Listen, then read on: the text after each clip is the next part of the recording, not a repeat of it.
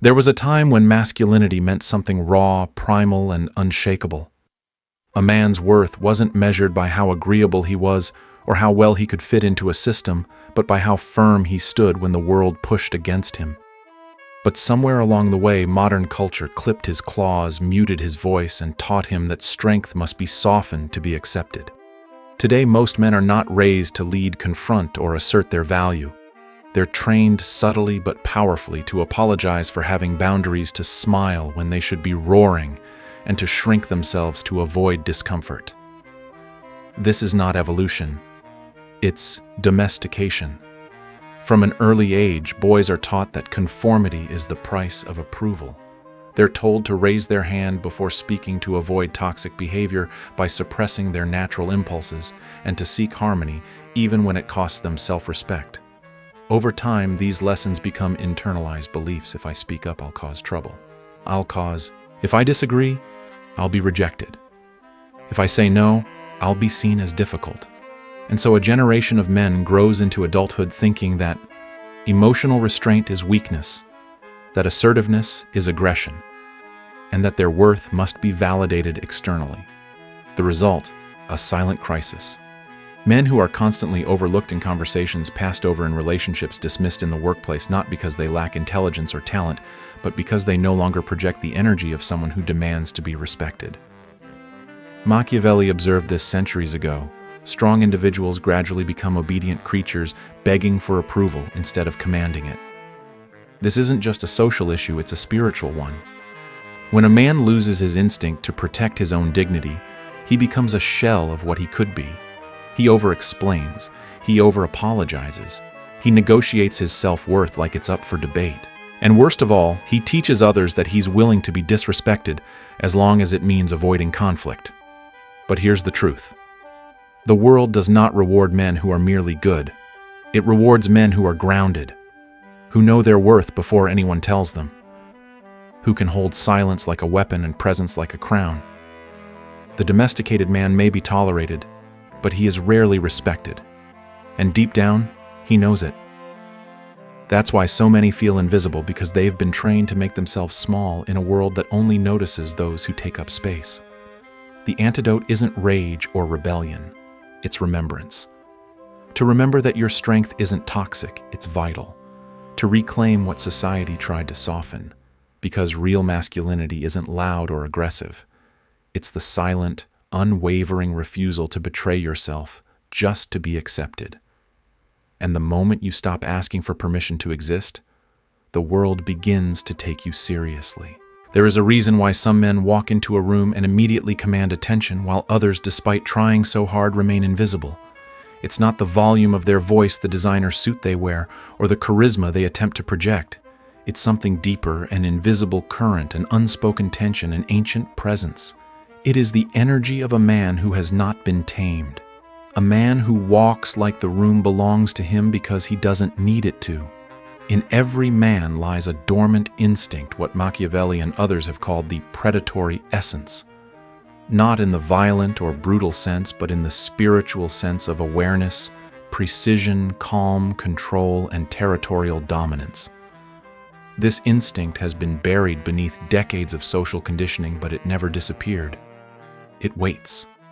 Modern life has trained men to mute this essence, to laugh when they feel disrespected, to nod in agreement when they know better, to smile nervously in the face of insult. But beneath the surface of that polished civility is the wolf, the part of a man that remembers. He remembers what it feels like to be alert, untamed, unapologetically centered. He remembers the feeling of not needing to please, not needing to be liked, only to be true to himself. The tragedy is that most men live their entire lives without ever waking that part of themselves up.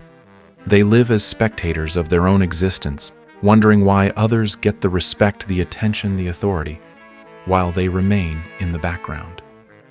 Machiavelli wrote about men who didn't need to shout to be feared, men who didn't need approval to move with purpose. Their silence was not shyness, it was strategy. Their presence was not performance, it was power.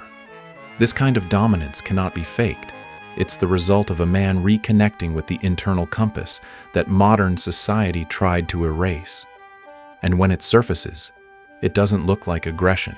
It looks like clarity. It sounds like fewer words spoken slower. It feels like calm when others are anxious. And it radiates a message without ever needing to say it. I do not chase approval. I am the standard. This instinct doesn't make you a threat to others. It makes you immune to their control. It allows you to stop explaining, stop apologizing, and stop seeking validation.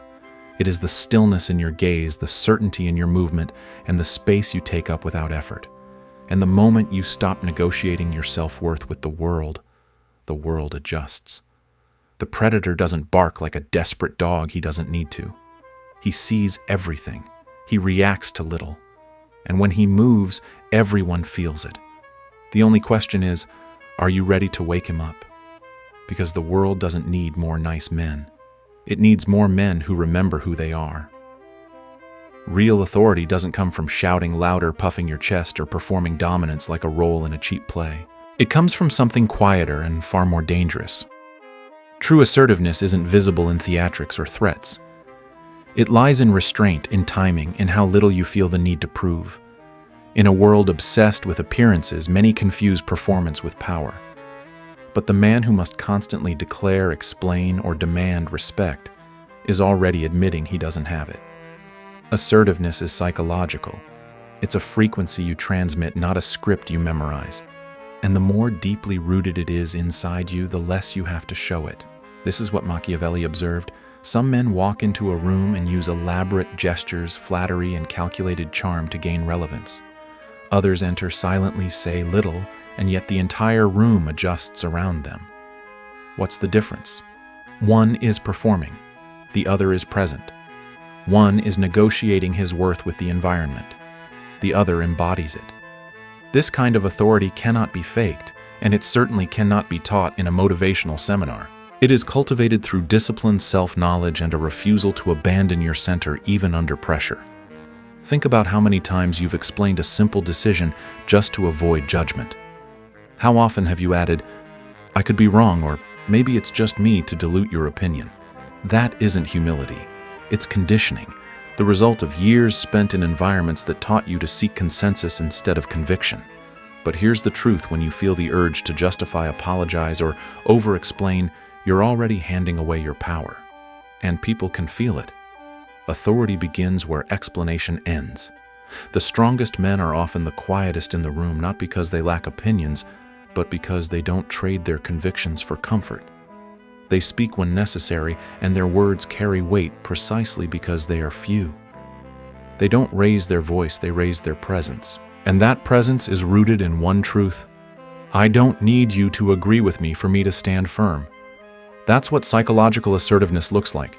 It's not an outburst, it's a boundary. This internal strength shows itself in small, subtle ways. When someone interrupts you and you calmly hold eye contact without rushing to yield. When you're criticized and you pause not to defend, but to decide if the critique even matters. When you make a choice and state it without decoration. Yes, that's what I decided. Full stop. It's in those moments that others begin to adjust, not because you forced them to, but because they recognize something rare. A man who doesn't flinch, doesn't chase, doesn't bend to fit. A man whose authority is not borrowed but built. The man who masters this kind of presence doesn't dominate others. He doesn't need to. He simply becomes undeniable. And that more than anything else is what separates the easily ignored from the quietly unforgettable. Most men don't avoid conflict because they're weak, they avoid it because they were trained to. Trained to believe that disagreement is disrespect, that raising their voice is aggression, that saying no makes them selfish. From childhood, they were taught to be polite, to smile even when uncomfortable, to make everyone else feel at ease, even if it meant betraying their own instincts. Schools taught them to raise their hand and wait to be chosen.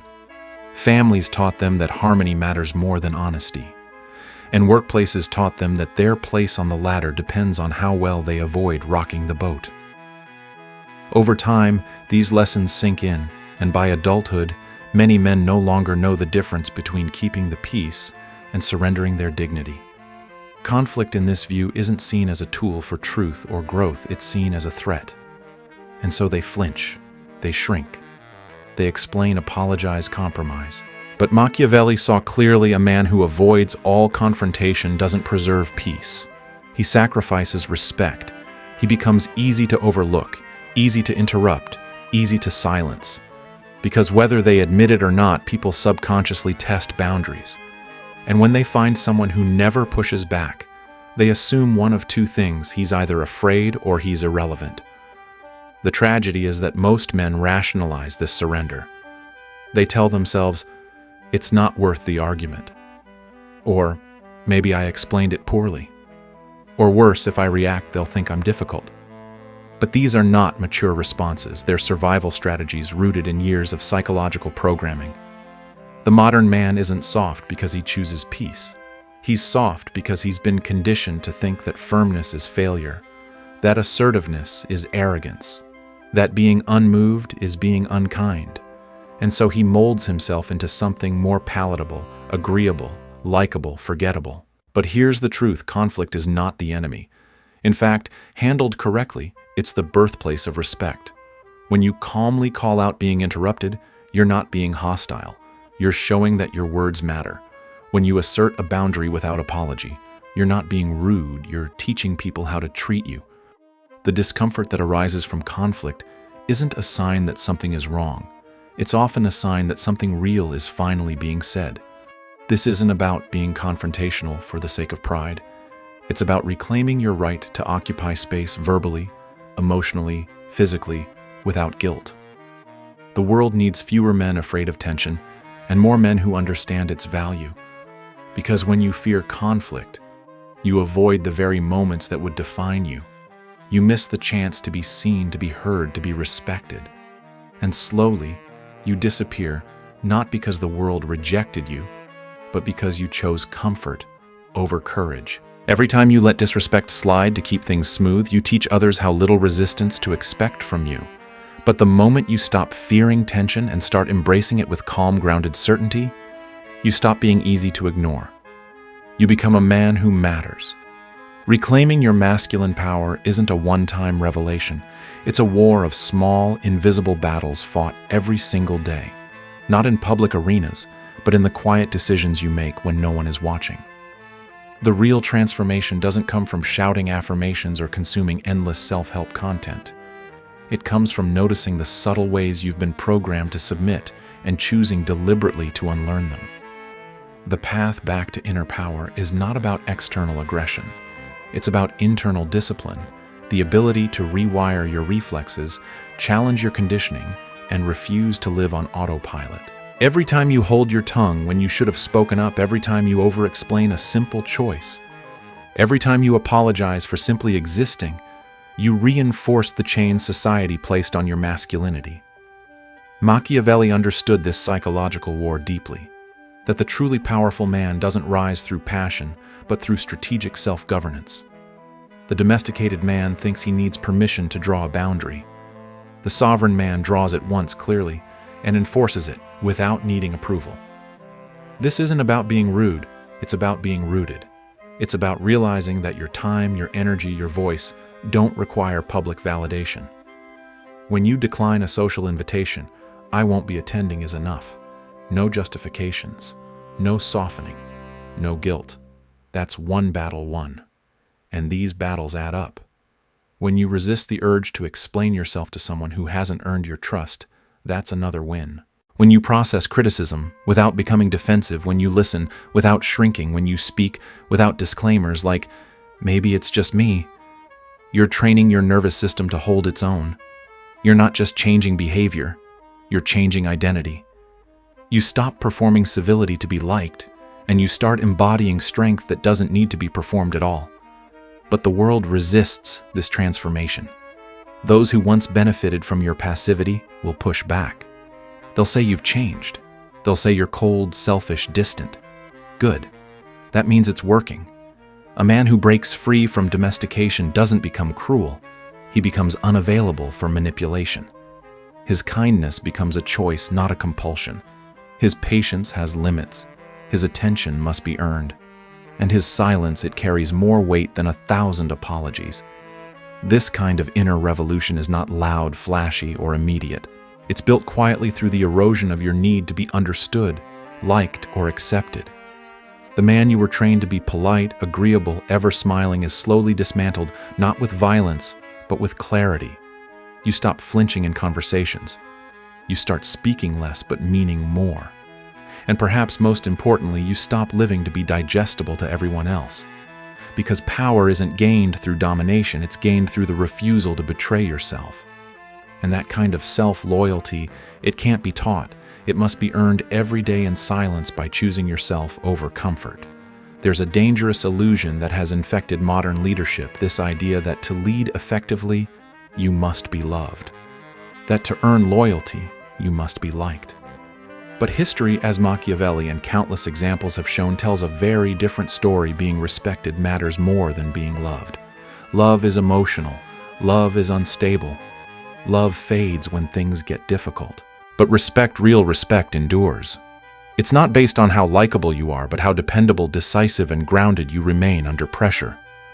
A man who leads to be liked makes compromises to protect his image.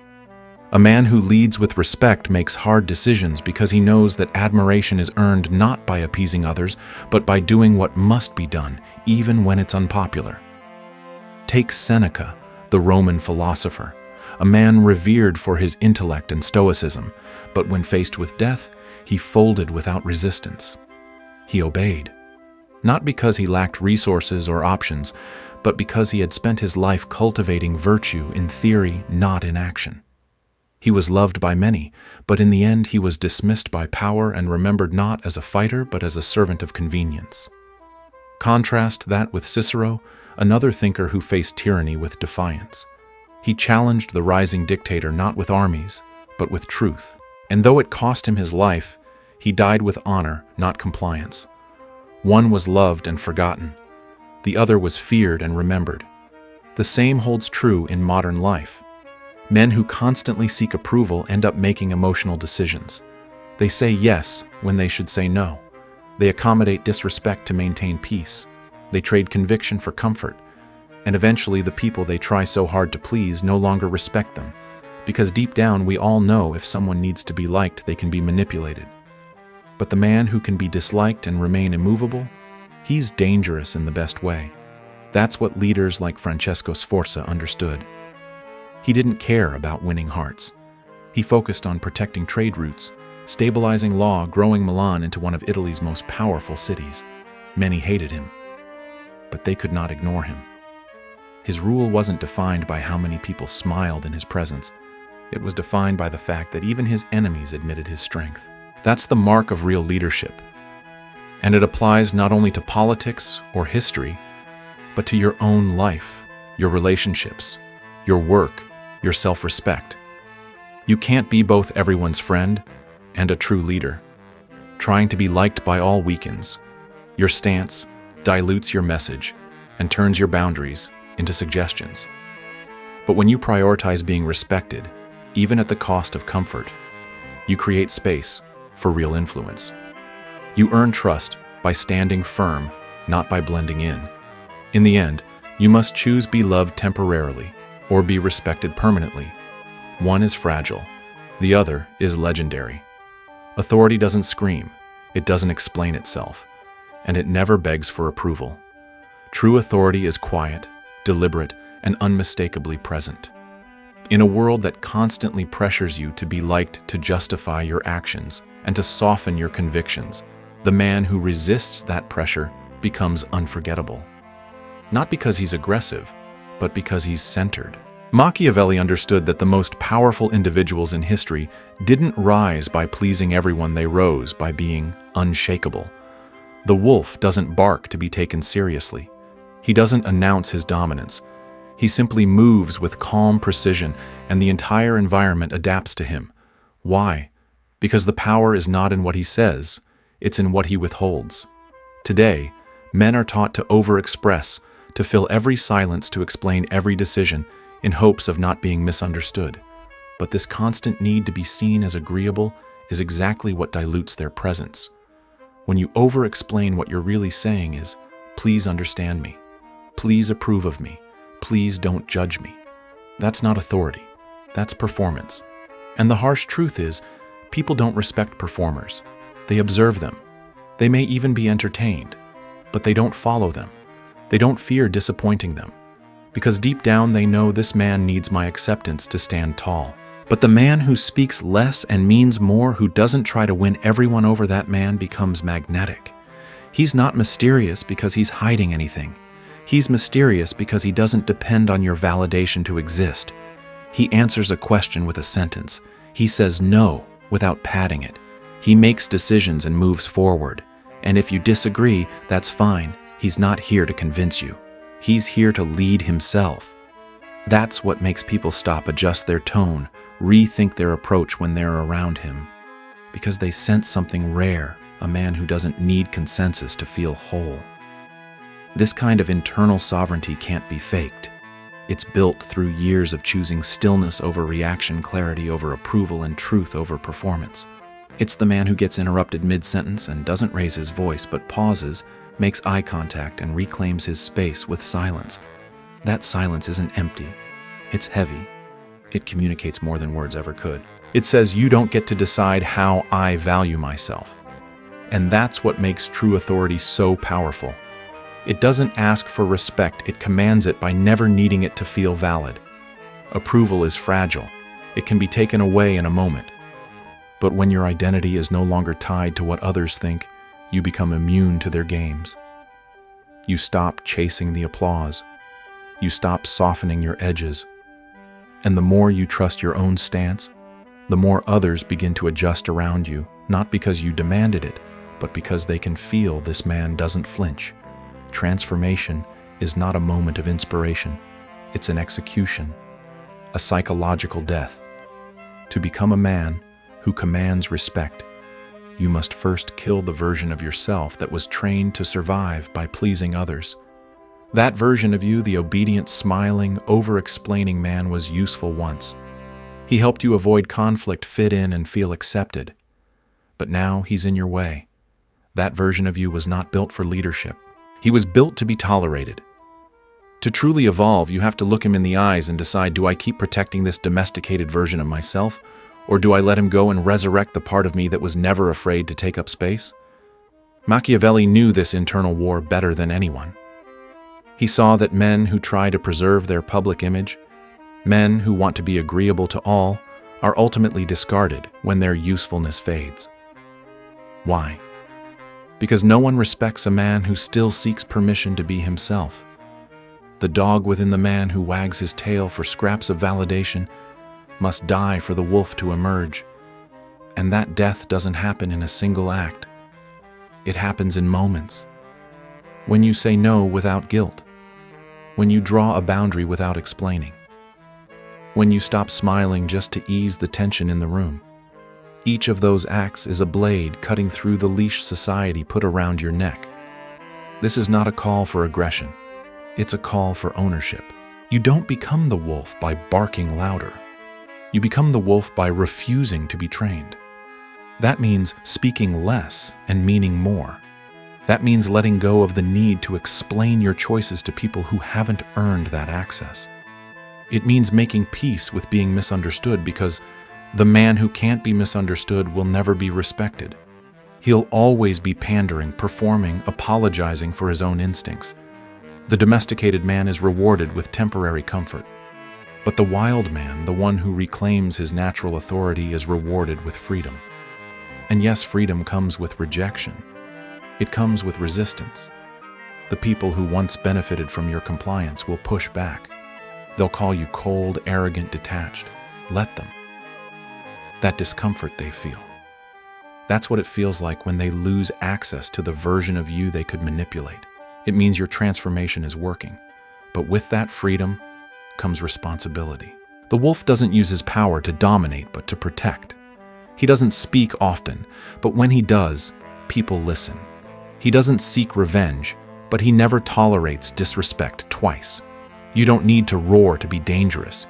You need to stand still, look the world in the eye, and stop asking it for permission to exist. The death of the dog is not a tragedy, it's a rebirth. And on the other side of that death is not rage, not chaos, but silence, precision, and undeniable presence. That's the man the world remembers. That's the man you were meant to be. In a culture that constantly pressures men to be agreeable, explain themselves, and avoid confrontation, the most powerful decision you can make is to reclaim your presence without apology. The world doesn't respect noise, it respects certainty. And that certainty doesn't come from being loud or aggressive. It comes from knowing who you are, what you value, and refusing to negotiate that identity for temporary approval. The core lesson is this: stop outsourcing your self-worth. You don't need permission to say no. You don't have to explain why you set a boundary. You don't have to soften your convictions just because someone else is uncomfortable. Every time you apologize for existing, every time you smile when disrespected, every time you dilute your truth, you reinforce a pattern of self-erasure. And the more you do it, the more others believe that your respect can be taken, not earned. Machiavelli reminds us that the strongest leaders are not always loved, but they are always respected. In your daily life, that means choosing to be firm, even if it risks discomfort. It means speaking less but meaning more. And it means being okay with not being liked by everyone, because you were not born to blend in. You were born to stand out on your terms. Start small, decline invitations you don't want to attend without an excuse. Speak your opinion once without a follow-up explanation. And when someone crosses a line, address it once directly without drama. This isn't arrogance, it's clarity. And clarity practiced consistently becomes power. You don't need to roar to be taken seriously. You just need to stop asking for permission to be who you already are.